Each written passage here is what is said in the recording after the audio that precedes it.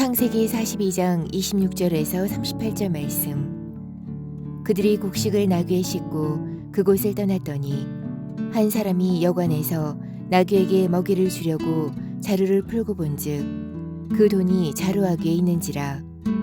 그가 그 형제에게 말하되 내 돈을 도로 넣었도다. 보라, 자루 속에 있도다. 이에 그들이 혼이 나서 떨며 서로 돌아보며 말하되 하나님이 어찌하여 이런 일을 우리에게 행하셨는가 하고, 그들이 가나안 땅에 돌아와 그들의 아버지 야곱에게 이르러 그들이 당한 일을 자세히 알리어 아르되, 그 땅의 주인인 그 사람이 엄하게 우리에게 말씀하고 우리를 그 땅에 대한 정탐꾼으로 여기기로, 우리가 그에게 이르되 우리는 확실한 자들이요 정탐꾼이 아니니이다. 우리는 한 아버지의 아들 12 형제로서 하나는 없어지고 막내는 오늘 우리 아버지와 함께 가나안 땅에 있나이다 하였더니, 그 땅의 주인인 그 사람이 우리에게 이르되 내가 이같이 하여 너희가 확실한 자들임을 알리니 너희 형제 중에 하나를 내게 두고 양식을 가지고 가서 너희 집안의 굶주림을 구하고 너희 막내 아우를 내게로 데려오라. 그러면 너희가 정탐꾼이 아니요 확실한 자들임을 내가 알고 너희 형제를 너희에게 돌리리니 너희가 이 나라에서 무역하리라 하더이다 하고, 각기 자루를 쏟고 본즉 각 사람의 돈 뭉치가 그 자루 속에 있는지라. 그들과 그들의 아버지가 돈 뭉치를 보고 다 두려워하더니 그들의 아버지 야곱이 그들에게 이르되 너희가 나에게 내 자식들을 잃게 하도다. 요셉도 없어졌고 시몬도 없어졌거늘 베냐민을 또 빼앗아 가고자 하니 이는 다 나를 해롭게 함이로다. 르우벤이 그의 아버지에게 말하여 이르되 내가 그를 아버지께로 데리고 오지 아니하거든 내 두 아들을 죽이소서. 그를 내 손에 맡기소서. 내가 그를 아버지께로 데리고 돌아오리이다. 야곱이 이르되 내 아들은 너희와 함께 내려가지 못하리니 그의 형은 죽고 그만 남았음이라. 만일 너희가 가는 길에서 재난이 그에게 미치면 너희가 내 흰 머리를 슬퍼하며 수올로 내려가게 함이 되리라. 아멘.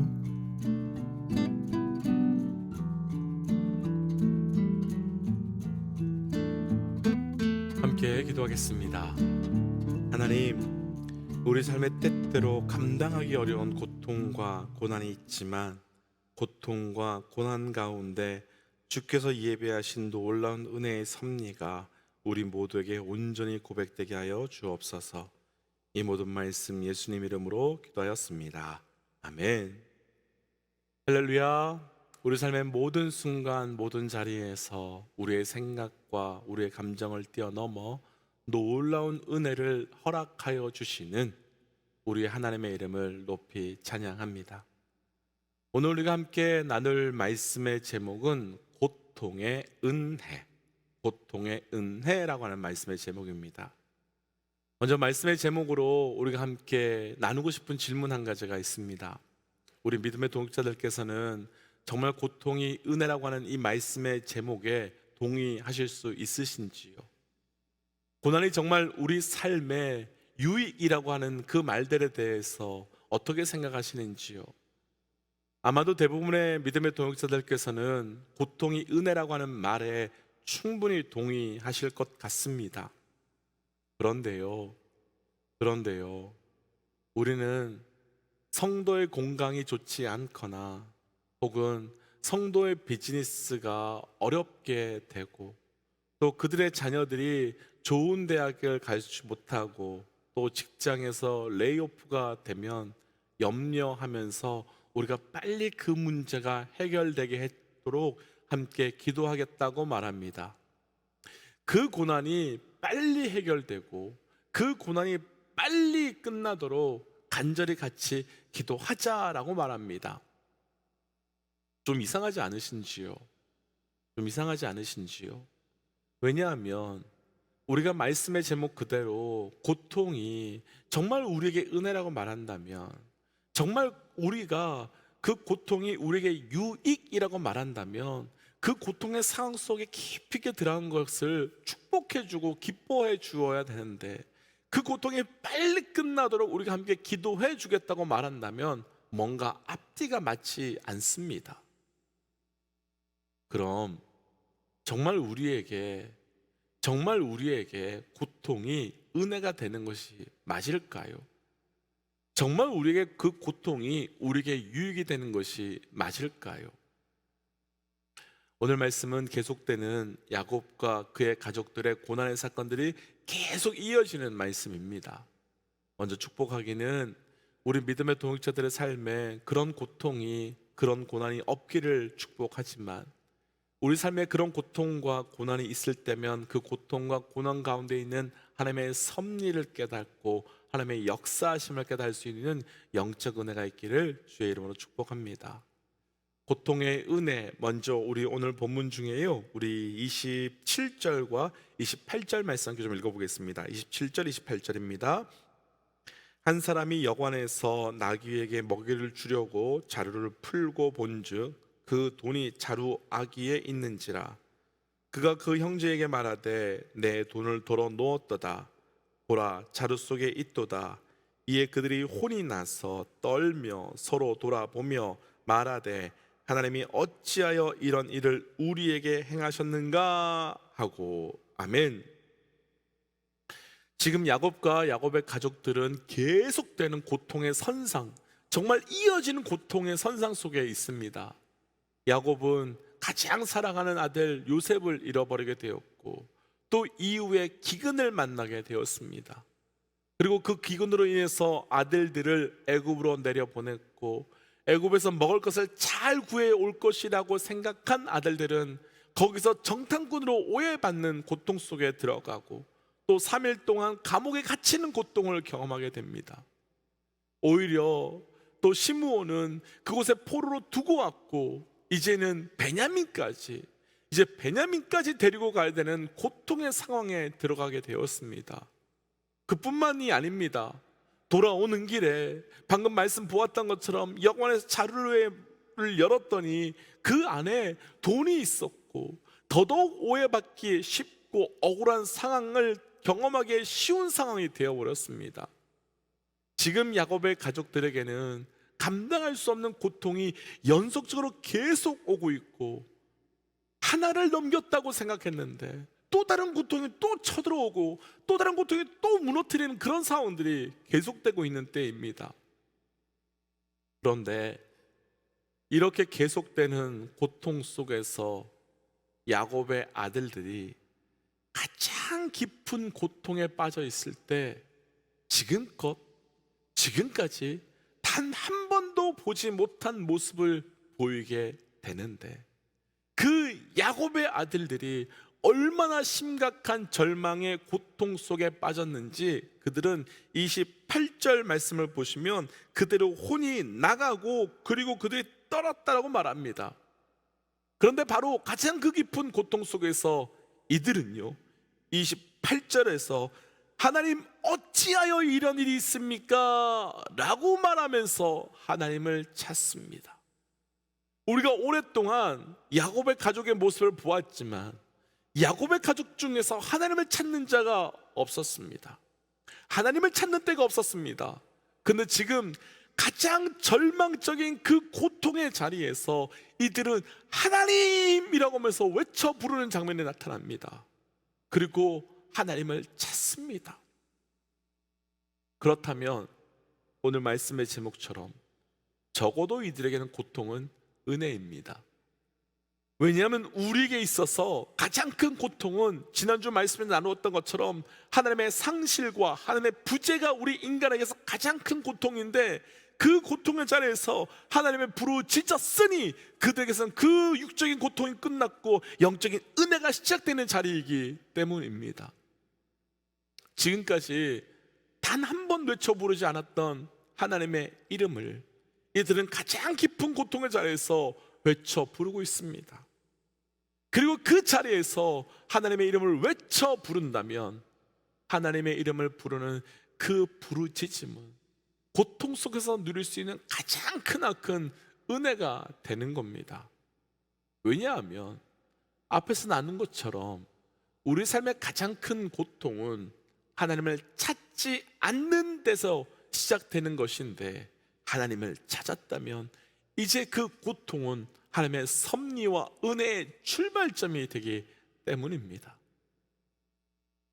사실 저를 비롯해서 이 세상에서 고통, 아픔, 낭망, 낙심을 좋아하는 사람은 단 한 사람도 없습니다.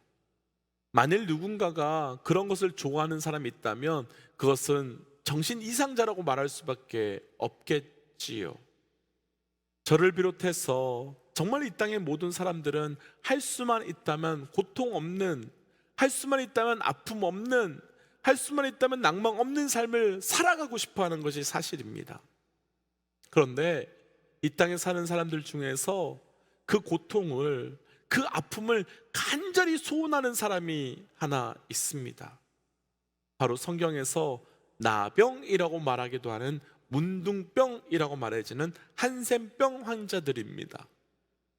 한센병 환자들의 특징은 완전히 몸의 감각이 점점 더 무감각하게 되어서 어떤 통증도 느끼지 못하는 것이라고 말합니다.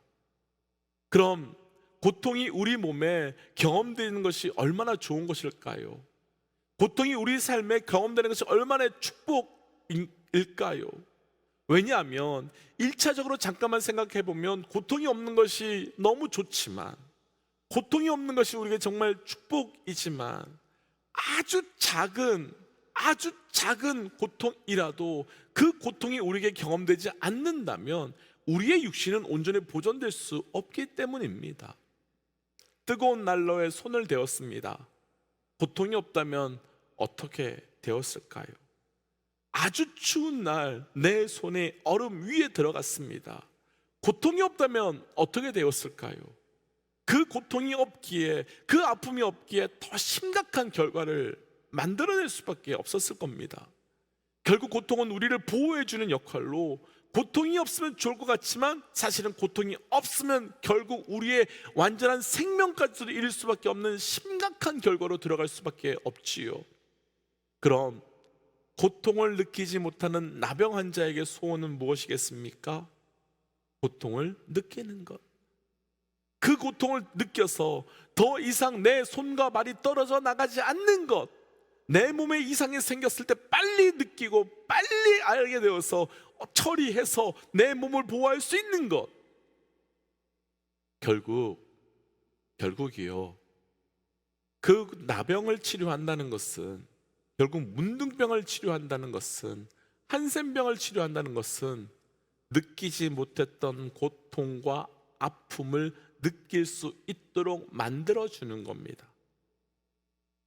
그럼 우리 그리스도인의 삶에서 일어나는 고통과 또 아픔, 또 그런 것은 어떻게 바라보아야 하겠습니까?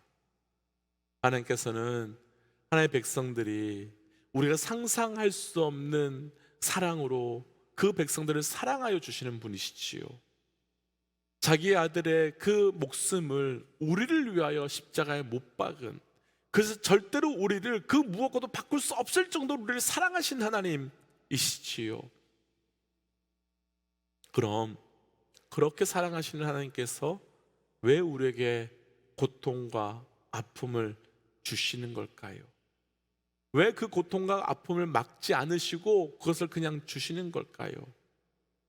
그분은 분명 내가 세상 끝날까지 너와 함께 있으리라고 약속하셨고, 우리의 삶에 분명 간섭하고 계시고 우리 안에 내주하고 계셔서 우리를 그토록 사랑하시는 분인데, 왜 우리가 고통 중에 있을 때, 우리가 시험 중에 있을 때 그냥 두고 계신 걸까요? 바로 우리를 살리시기 위함입니다. 바로 우리에게 살아있음을, 또 날로 우리가 새로워지고 있음을 보여주시기 위함입니다. 그러니까 하나님께서 고통을 느끼지 못해서 난로의 손이 익혀버리고, 고통을 느끼지 못해서 발가락이 동상이 걸려 썩어 떨어져 나가는데도 아무런 대처를 하지 못하고 있는 영적 문둥병, 영적 나병에서 깨워주시기 위하여 때때로 우리에게 고통과 고난이라는 것을 주셔서 우리를 살리시고 일으키시기 위함이라는 겁니다. 때문에 사랑하는 믿음의 동역자 여러분, 고통과 고난으로 낙심하지 마십시오.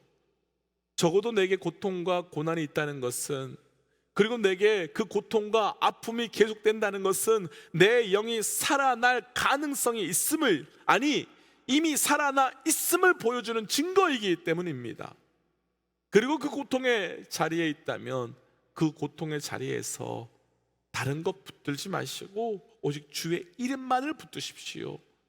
힘들어서 다른 것 찾지 마시고, 아파서 다른 사람에게 도움을 구하지 마시고, 오직 하나님께만 나아가 그 하나님을 통하여 하나님께 나아가면 나아갈수록 더 아프다 할지라도 그분께 나아가셔야만 우리가 그 고통 속에, 아픔 속에 주께서 주시는 놀라운 은혜를 발견할 수 있게 되는 겁니다. 오늘 말씀에서 나누고 싶은 두 번째 고통의 은혜, 우리 조금 더 내려가서요 37절 함께 좀 읽어보겠습니다. 37절입니다. 루벤이 그의 아버지에게 말하여 이르되 내가 그를 아버지께로 데려오지 아니하거든 내 두 아들을 죽이소서, 그를 내 손에 맡기소서. 내가 그를 아버지께로 데리고 돌아오리이다. 아멘. 형제들은 아버지 야곱에게 있었던 일들을 말하고 다시 올라갈 때에 베냐민을 데려가야 함을 이야기합니다.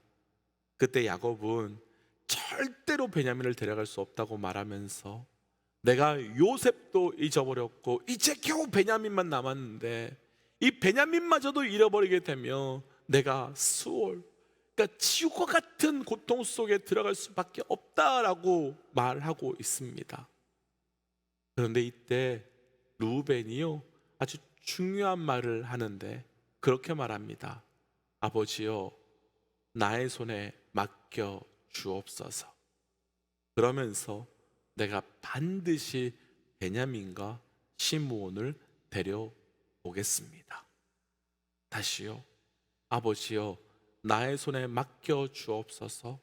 내가 반드시 시므온과 베냐민을 데려오겠습니다.